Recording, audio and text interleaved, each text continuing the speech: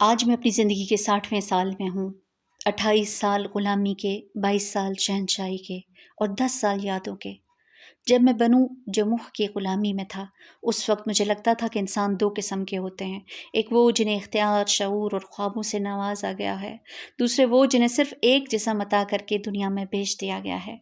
میں اپنے آپ کو اس دوسری جماعت کا فرد سمجھتا تھا۔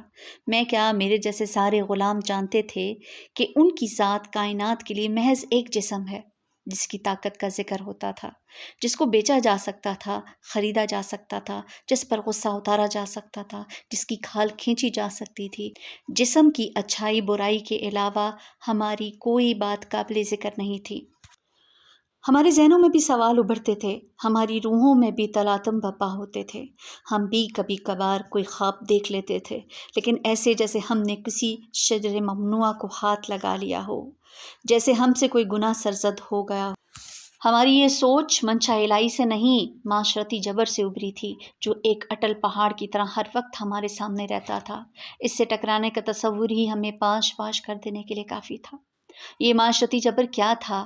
جاہلانہ ثقافت کا ایک شوشہ تھا جو اس وقت سارے عرب میں پورے عروج پر تھا۔ اولاد آدم فلاح اور ارتقاء کی راہ سے بھٹک گئے تھی۔ زندگی کا کارواں ایک ایسی صورتحال کے نرغے میں تھا جو ظلم، تکبر، شراب اور جوئے کی کشید تھی۔ انسان تمدن کے معنی بھول کر خواہش پرستی کی اس ادنا سطح پر آ چکا تھا کہ اس کی اخلاقی روح سسک رہی تھی۔ وہ درندوں کی سی زندگی بسر کر رہا تھا، ہر زیر دست اس درندگی کا شکار تھا، اور سب سے زیادہ ہم غلام، جو غلام سازی کر کے ایک ظالمانہ رواج میں تشدد کے کولوں میں پیلے جا رہے تھے۔ یہ ایک ایسا آہنی قفس تھا جس میں کسی طرح کوئی روزن نہیں کھلتا تھا، کوئی آواز باہر نہیں جاتی تھی۔ ہمارے آقا بدلتے رہتے تھے، مگر ہر تبدیلی کی چکی ہمیں اور زیادہ تیزی سے پیستی تھی۔ تشدد کی اس خوفناک فضا سے نبرد آزما ہونا تو دور کی بات، ہم اس کے خلاف صدائے احتجاج بھی بلند نہیں کر سکتے تھے۔ ہماری روحیں چیختی تھیں، مگر پکار کا کہیں سے جواب نہیں آتا تھا۔ کوئی مذہب ہماری دستگیری کے لیے موجود نہیں تھا۔ پرانے مذاہب تحریفوں اور تعویلوں کی غبار میں گم ہو چکے تھے، اور مذہبی قائدین نے اجارہ داریاں قائم کر کے وقت کے حاکموں کی ظالمانہ قوتوں کے ساتھ سودے کر رکھے تھے۔ الہامی مذاہب کی تعلیم سربائے گریباں تھی۔ انسان کی فکر اعلیٰ دم بخود اور بے بس روشنی کی کسی کرن کا انتظار کر رہی تھی۔ انہی دنوں مکے میں ایک ایسا واقعہ رونما ہوا جس نے شہر کی فضا ہی بدل ڈالی تھی۔ ایک طوفان کی آمد تھی۔ طوفان تو شاید ابھی دور تھا، مگر اس کی گن گھرج ہر ایک کو سنائی دے رہی تھی۔ گفتگو کے موضوع بدل گئے تھے، سارا شہر سوچ میں ڈوب گیا تھا۔ مختلف سطحوں پر مختلف رد عمل تھے۔ کچھ لوگوں نے اسے اپنی ذات کے لیے خطرہ سمجھا، کچھ نے اسے اجتماعی سانحہ گردانا، کچھ نے جز وقتی حادثہ سمجھ کر ٹالنے کی کوشش کی۔ کچھ خوش فہموں نے اسے کسی اہمیت کے قابل نہیں سمجھا۔ کچھ اتنے متذبذب تھے کہ نہ اسے اچھا کہنے کو تھے تیار اور نہ ہی برا، مگر فکر مند سبھی تھے۔ جہاں دو آدمی اکٹھے ہوتے، یہی ذکر چھڑ جاتا کہ محمد نے رسالت کا دعویٰ کیا ہے، وہ لا الہ الا اللہ کا درس دیتے ہیں، انسانی مساوات کی بات کرتے ہیں۔ محمد کو ہم سب جانتے ہیں، کوئی کم کوئی زیادہ، سارے شہر میں ان کی نیکی، ان کی دیانت، ان کی امانت، ان کی درد مندی اور ان کے اخلاق کا شعرہ تھا۔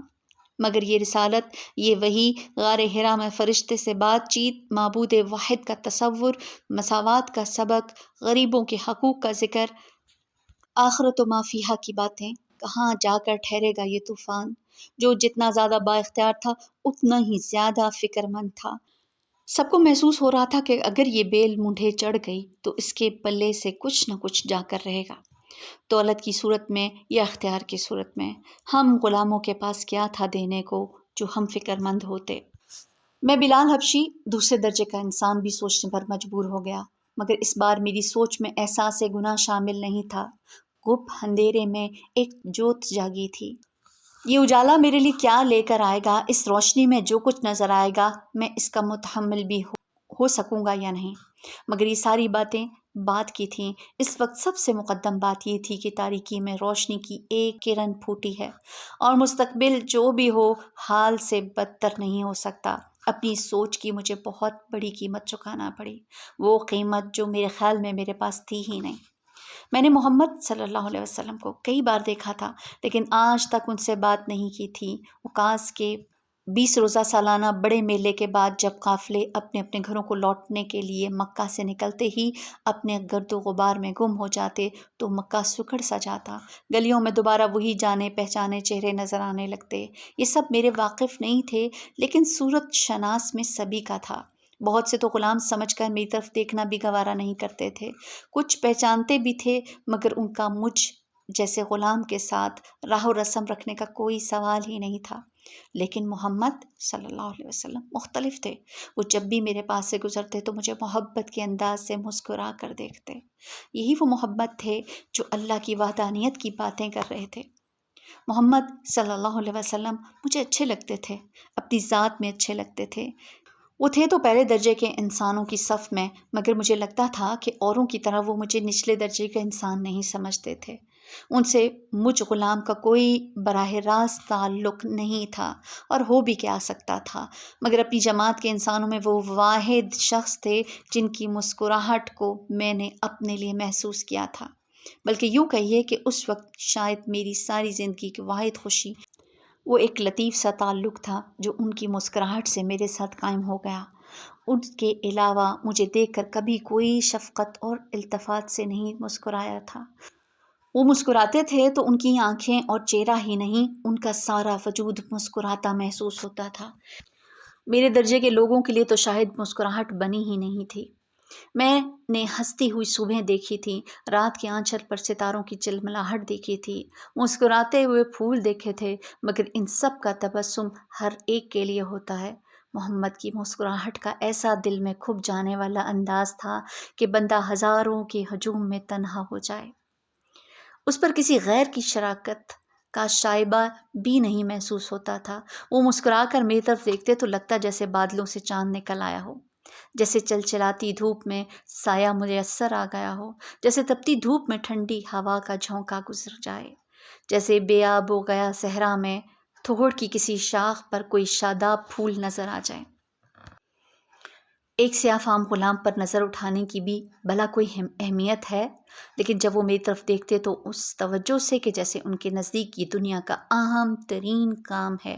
یہ مجھے بہت بعد میں معلوم ہوا کہ ہر چھوٹے بڑے کام کو انتہائی انہماک اور مکمل یکسوئی سے انجام دینا ان کی عادت تھی۔ ان کی مسکراہٹ ایک سچے انسان کی مسکراہٹ تھی، اور میرے لیے یہی احساس ان کی ہر بات کی صحت کی ضمانت تھا۔ میرا دل کہتا تھا کہ اگر محمد کہتے ہیں کہ اللہ ایک ہے تو یقیناً ایک ہی ہوگا۔ اگر وہ کہتے ہیں کہ وہ اللہ کے رسول ہیں تو واقعی وہ اللہ کے رسول ہوں گے۔ اگر محمد کہتے ہیں کہ وہ فرشتے سے ہم کلام ہوتے ہیں تو ضرور ہوئے ہوں گے۔ مگر یہ ساری سوچ میرے لاشعور میں تھی۔ شعوری طور پر مجھے اس کا ادراک اس وقت ہوا جب امیہ رات کو غلام خانے میں آیا اور اس نے مجھ سے براہ راست سوال کیا، سچ سچ بتا تیرا معبود کون ہے؟ محمد کا معبود میرا معبود ہے۔ میرا جواب سنتے ہی اس کے تن بدن میں جیسے آگ لگ گئی، مگر شاید وہ اس جواب کے لیے تیار تھا۔ کہنے لگا، تو اس کا مطلب یہ ہے کہ تو ہمارے خداؤں سے انکار کرتا ہے۔ محمد الامین ہیں، انہیں ایک فرشتے نے بتایا ہے کہ اللہ ایک ہے۔ میں دل ہی دل میں سوچنے لگا، کل میں عمار کے جن الفاظ پر معترض تھا وہی الفاظ آج میری اپنی زبان سے نکل رہے ہیں۔ کل میں عمار کی وجہ سے خائف تھا، مگر آج میں اپنے لفظوں پر خائف نہیں تھا۔ یہ نہیں تھا کہ میں اس دیدہ دلیری کی سزا سے بے خبر تھا، مگر مجھے یوں لگا تھا جیسے میرے اندر طاقت کا ایک سیلاب امنڈ آیا ہے، جس کے سامنے امیہ اور اس جیسے کئی خس و خاشاک سے زیادہ وقت نہیں رکھتے۔ امیہ مجھے ٹکڑے ٹکڑے کر دینے کی دھمکیاں دیتا ہوا غلام خانے سے باہر چلا گیا۔ مجھے اس وقت وہ ایک بے بس بچہ لگ رہا تھا جس کا کوئی کھلونا ٹوٹ گیا ہو۔ اس واقعے کے بعد اب روز کا یہ معمول ہو گیا کہ مجھے دوپہر کو غلام خانے سے باہر نکالا جاتا، دھوپ میں جلتی ہوئی ریت پر لٹا کر میرے سینے پر تپتی ہوئی بھاری بھاری چٹانیں رکھ دی جاتی کہ میں ہل بھی نہ سکوں۔ اسی حالت میں امیہ مجھ پر کوڑے برساتا اور مجھے مجبور کرتا کہ میں اس کے خداؤں کو تسلیم کروں۔ میری کمر پر پہلے چھالے پڑے جو 1-2 روز میں زخم بن گئے، جن سے خون رستا رہتا تھا، مگر امیہ نے میرے معمول میں فرق نہ آنے دیا، بلکہ ہر روز اس کی شدت میں اضافہ ہی ہوتا گیا۔ ہر روز میرے لیے گزشتہ دن سے زیادہ گرم ریت تلاش کی جاتی، پہلے سے زیادہ وزنی چٹانیں ڈھونڈی جاتی اور پہلے سے زیادہ کوڑوں کی ضربیں۔ ہر روز میں مرنے کے قریب ہو جاتا، مگر امیہ کے سوالوں کے جواب میں احد احد کے سوا کچھ نہ کہتا۔ ایک دن اس نے تنگ آ کر مجھے ایک رات اور ایک دن بھوکا رکھا اور پھر مجھے ایک گرم ریت پر لٹا کر مارنا شروع کر دیا، مگر میں چٹانوں کے نیچے دبا دبا بھی اس کے ہر سوال کے جواب میں احد احد ہی دہراتا رہا۔ بنو جموح کے سارے محلے کو علم تھا کہ بلال کی اصلاح کی جا رہی ہے۔ بعد میں مجھے ایک دفعہ عمرو بن العاص رضی اللہ تعالیٰ عنہ نے بتایا کہ انہوں نے بھی مجھے سزا پاتے دیکھا تھا۔ بچہ بچہ میرے نام سے واقف ہو گیا تھا۔ ابو بکر صدیق بھی جو بنو جموح ہی کے محلے میں رہتے تھے مجھے روز دیکھتے اور نظریں نیچی کر کے چلے جاتے۔ جب دھوپ اور کوڑوں کی سزا کارگر نہ ہوئی تو امیہ نے میرے گلے میں رسی باندھ کر مجھے بنو جموح کے لڑکوں کے حوالے کر دیا۔ بچے سارا دن چیختے چلاتے قہقہے لگاتے مجھے مکے کی اونچی نیچی پتھریلی سڑکوں پر گھسیٹتے پھرتے۔ ان کے قہقہوں میں میری چیخ و پکار کسی کو سنائی نہ دیتی۔ بچوں کو ایک دلچسپ مشغلہ ہاتھ آ گیا تھا اور وہ اس سے پورا لطف اٹھانا چاہتے تھے۔ وہ رسی سے میری گردن کو جھٹکا دیتے تو میں گر پڑتا اور پھر سب مل کر مجھے گھسیٹنے لگتے۔ میں اٹھنے کی کوشش کرتا تو ٹھوکریں مارتے، کبھی اٹھ کر کھڑا ہو جاتا تو پھر رسی کے جھٹکے سے مجھے گرا دیتے۔ میں منہ کے بل گرتا تو پھر مجھے گھسیٹنا شروع کر دیتے۔ کبھی رسی اس زور سے کھینچتے کہ میرا دم گھٹنے لگتا۔ نوکیلے کنکروں، سنگریزوں اور پتھروں کی رگڑ سے روز میرے بدن پر نئے زخم بنتے۔ پہلے زخم بھرنے بھی نہ پاتے کہ پھر کھل جاتے۔ میرا سارا جسم لہو لہان ہو جاتا۔ دوپہر کے بعد جب سارا مکہ تپ اٹھتا تو وہ میرے کپڑے اتروا کر مجھے لوہے کی زرہ پہنا دیتے اور دھوپ میں ڈال دیتے۔ ایک دن انہوں نے مجھے دہکتے کوئلوں پر لٹا کر میرے سینے پر ایک بھاری پتھر رکھ دیا۔ آج بھی میرے جسم پر ان کوئلوں کے داغ ہیں۔ ایک دن مدینہ میں رسول اکرم صلی اللہ علیہ وسلم کے گھر کا سودا سلف لے کر آ رہا تھا کہ میری چادر شانوں سے سرک گئی۔ عبیدہ بن حارث میرے پیچھے آ رہے تھے۔ انہوں نے میرے جسم کے داغ دیکھے تو ان پر رقت طاری ہو گئی، مگر کیسی کیسی لو اٹھی ہے ان داغوں سے، کیسی کیسی شائیں پھوٹی ہیں۔ سورج ڈھلتے ہی میرے ہاتھ پاؤں باندھ کر مجھے دوبارہ غلام خانے کے فرش پر پھینک دیا جاتا۔ میرا سارا جسم زخمی ہو گیا تھا، بلکہ پورا بدن ایک زخم بن گیا تھا جس سے ہر وقت خون بہتا رہتا۔ بنو جموح ہی میرا تماشا ایک دفعہ حسان بن ثابت نے بھی دیکھا تھا۔ انہوں نے مجھے بتایا کہ وہ مکے میں عمرہ کرنے گئے ہوئے تھے، مگر میں نے انہیں نہیں دیکھا۔ تماشا کب تماشائی کو دیکھتا ہے، لیکن ایک ضعیف شخص مجھے یاد ہے اور میں اسے کبھی نہیں بھولوں گا۔ وہ ورقہ بن نوفل تھے۔ میں روزمرہ کی طرح گرم چٹانوں تلے دبا امیہ کے کوڑے کھا رہا تھا اور وہ مجھے ہر کوڑے پر لات اور عزیٰ کی عبادت پر مجبور کرنے کی کوشش کر رہا تھا۔ ادھر سے ورقہ کا گزر ہوا۔ وہ میرے منہ سے احد احد کی آواز سن کر رک گئے اور انہوں نے بآواز بلند کہا، بلال وہ واقعی ایک ہے۔ پھر انہوں نے امیہ سے مخاطب ہو کر کہا، میں خدا کی قسم کھا کر کہتا ہوں اگر تو نے اسے مار ڈالا تو میں اس کی قبر پر درگاہ تعمیر کروں گا۔ مگر امیہ باز نہ آیا۔ ہر روز دوپہر کو جب بچے مجھے مار مار کر نڈھال کر دیتے اور ریت پر لٹا کر میرے اوپر چٹانیں رکھ دیتے تو وہ بھی کوڑا گھماتا وہاں پہنچ جاتا۔ ہر کوڑے کی ضرب کے بعد مجھ سے پوچھتا کہ میں محمد کے اللہ سے منحرف ہوا ہوں یا نہیں، مگر میرا جواب احد احد کے سوا کچھ اور نہ ہوتا۔ شاید میں کچھ اور کہنا ہی بھول گیا تھا۔ میرا روزمرہ کا رقص بسمل بھی جب اس کے دل کی مراد بر نہ لا سکا تو ایک دن اس نے ایک قطعی فیصلہ کر لیا، آج کی رات بلال کی آخری رات ہوگی، کل کی صبح اس کی آخری صبح، شدید ترین اذیتیں اور پھر موت۔ موت کا قرب کبھی کبھی انسان کے اندر شمع روشن کر دیتا ہے۔ میرے اندر بھی اس رات اللہ نے اپنی رحمت سے ایک جوت جگا دی۔ میں نے اپنے والد اور والدہ کو دیکھا جو ایک کارخانے میں کام کر رہے تھے۔ یہ چمڑا رنگنے کا کارخانہ تھا جس میں چاروں طرف بھاپ اٹھ رہی تھی اور بھاپ نے میرے ماں باپ کو ڈھانپ رکھا تھا۔ جب میں ان کے قریب گیا تو ان کی نظر مجھ پر پڑی۔ ان کی اداس آنکھوں میں میرے لیے بے پناہ محبت اور شفقت جھلک رہی تھی۔ میرے والد نہایت قوی انسان تھے، لیکن ان کی جسمانی قوت کو اس بے دردی سے استعمال کیا گیا تھا کہ وہ جوانی میں بھی بوڑھے نظر آتے تھے۔ میری ماں کھانس رہی تھی، ہمیشہ کی طرح کھانسے جا رہی تھی، یہاں تک کہ کھانستے کھانستے اس نے دم دے دیا۔ میرے والدین حبشہ سے آئے تھے بحرۂ احمر پار کر کے۔ مجھے آج تک نہیں معلوم ہو سکا کہ وہ غلام کیسے بنا لیے گئے۔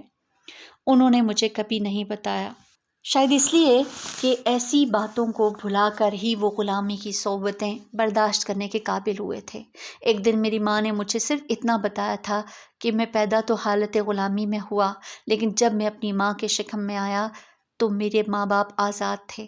یہ بات میرے لیے کوئی خاص تسلی کا باعث نہیں تھی، پھر بھی کبھی کبھی میں اس پر خوش ہو لیا کرتا تھا۔ پھر اس رات میں نے اپنے ماں باپ کی گفتگو سنی۔ وہ سرگوشیوں میں ایک دوسرے سے مشورہ کر رہے تھے کہ کیوں نہ ہم اس بچے کو مار ڈالیں اور اسے پیدائشی غلامی کی لعنت سے بچا لیں۔ میری آنکھوں سے آنسو بہہ نکلے، اپنے دکھ پر نہیں، اس کرب پر جو میرے والدین نے یہ فکرے کہتے ہوئے اپنے اندر محسوس کیا ہوگا۔ مجھے وہ دن بھی یاد ہے جب میں جوان ہونے پر بازار میں پہلی بار فروخت کرنے کے لیے لایا گیا۔ اب میں اپنے غلام نہیں، بذات خود غلام بننے والا تھا۔ میں اس کے بعد بھی کئی بار بکا، اونٹوں کے ساتھ، بکریوں کے ساتھ، بھیڑوں کے ساتھ، بالکل انہی کی طرح۔ آج دمشق میں بیٹھ کر میں ان باتوں پر ہنس سکتا ہوں، مگر سوچتا ہوں مجھ پر کیسے کیسے دور گزرے ہیں۔ گرم ریت اور دہکتے انگاروں پر لٹائے جانے کے دور، مکے کی گلی کوچوں میں گلے میں رسی باندھ کر پھیلائے جانے کے دور، گرم پتھروں تلے دبائے جانے کے دور، ڈنڈوں سے پٹائی کے دور، ٹھوکروں کے دور، کوڑوں کے دور۔ لیکن اس رات امیہ کے غلام خانے میں جب میری گردن میرے گھٹنوں سے جکڑی ہوئی تھی، میرے ذہن میں ہنسی کا تصور بھی نہیں تھا۔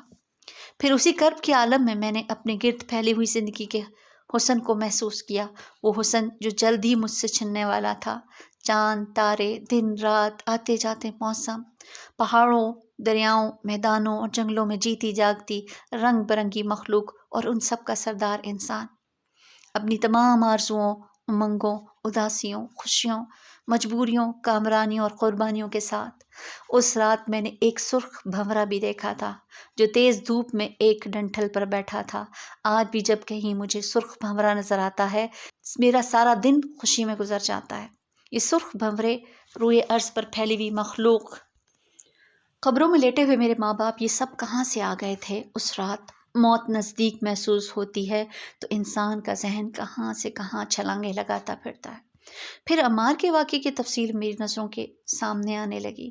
میں کیسے پھنس گیا اس سارے معاملے میں؟ میرا کیا واسطہ تھا؟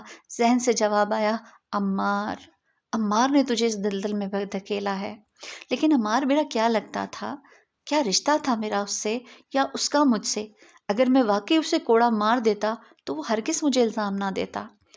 اسے پتا تھا کہ غلام حکم عدولی کر ہی نہیں سکتے، بلکہ اس بیچارے نے تو خود کوڑا میرے ہاتھ میں تھما دیا تھا، لیکن پھر بھی میرا ہاتھ اس پر نہیں اٹھ سکا۔ دراصل اس میں عمار کا قصور نہیں، میرے اندر حبشی غلام بلال کے اندر کوئی کہہ رہا تھا کہ کچھ بھی ہو، آج حکم کی تعمیل نہیں ہوگی۔ غلام خود تو ایسے فیصلے نہیں کر سکتے، غلام تو کوئی بھی فیصلہ نہیں کر سکتے، فیصلہ بغیر اختیار کے نہیں ہوتے۔ غلاموں کے پاس اختیار کہاں؟ تو پھر کوڑا میرے ہاتھ سے کیسے گر گیا؟ غلام کو تو خود اپنے آپ سے ڈر لگتا ہے، پھر کیسے ہو گئی مجھ سے یہ حکم عدولی؟ میں نہ بہادر تھا نہ احمق کہ بغاوت پر اتر آتا، پھر کہاں سے آیا مجھ میں یہ حوصلہ؟ اس کا جواب کہیں اور تھا، یہ حوصلہ مجھے محمد سے ملا تھا۔